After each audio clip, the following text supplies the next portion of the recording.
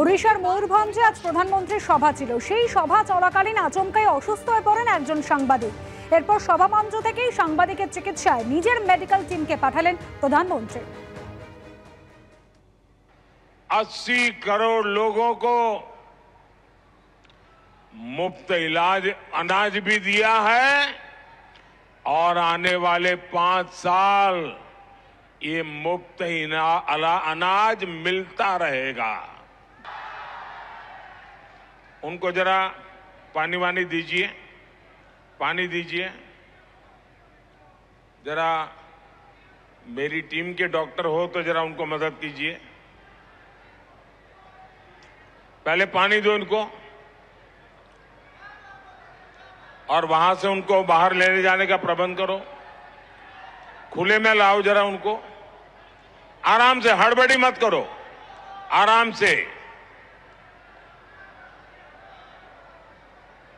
थोड़ी जगह कर दो उनको, थोड़ी हवा मिले ऐसा करो।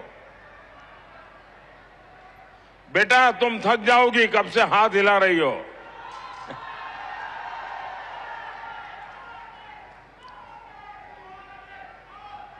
बेटा मैं तेरे लिए मेहनत कर रहा हूं, जब तुम बड़ी हो जाओगी ना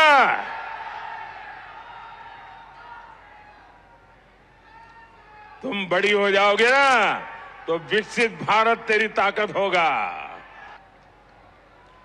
मेरी टीम के डॉक्टर पहुंच गए हैं, आप जरा उनको काम करने दीजिए अपना, बाकी लोग उनको परेशान मत कीजिए।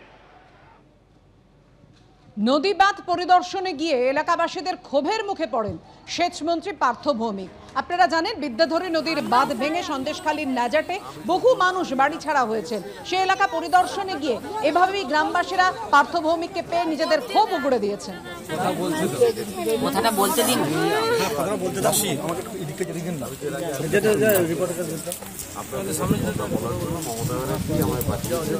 নিজের চোখে দেখে এসো, ওনাদের কি সমস্যা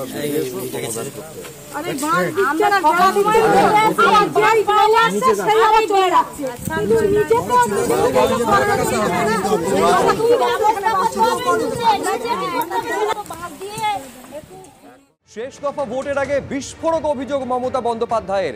দমদম কেন্দ্রে বিজেপি এবং সিপিএম এর মধ্যে যোগসাজশ হয়েছে। লোকসভায় বিজেপির ভোট সিপিএম এ দেওয়ার চক্রান্ত হয়েছে, আবার বিধানসভায় সিপিএম এর ভোট যাবে বিজেপিতে। বারুইপুরের সভা থেকে বিস্ফোরক অভিযোগ করেছেন তৃণমূল নেত্রী। শুরুতে আপনাদের শোনাবো কি বলেছেন মমতা বন্দ্যোপাধ্যায়।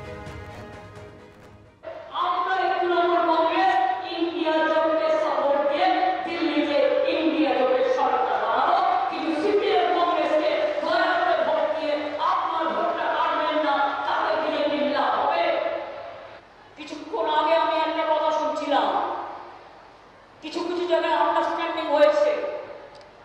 একটা জায়গার নাম তো আমি বলেই দিতে পারি, দমদম।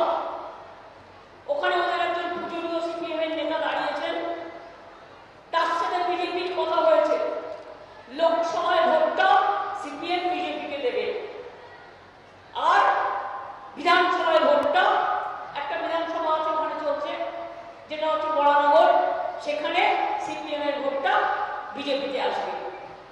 শুনুন, এই পলিটিক্স আমি করি না। এই জন্যই আমি চিরকাল কংগ্রেস করার পরেও যদি তৃণমূল কংগ্রেস তৈরি না করতাম আর আপনারা আমার সাথে না থাকতেন, তাহলে আজও সিপিএম কে বাংলা থেকে আমরা বিদায় করতে পারতাম না, অত্যাচারীদের বিদায় করতে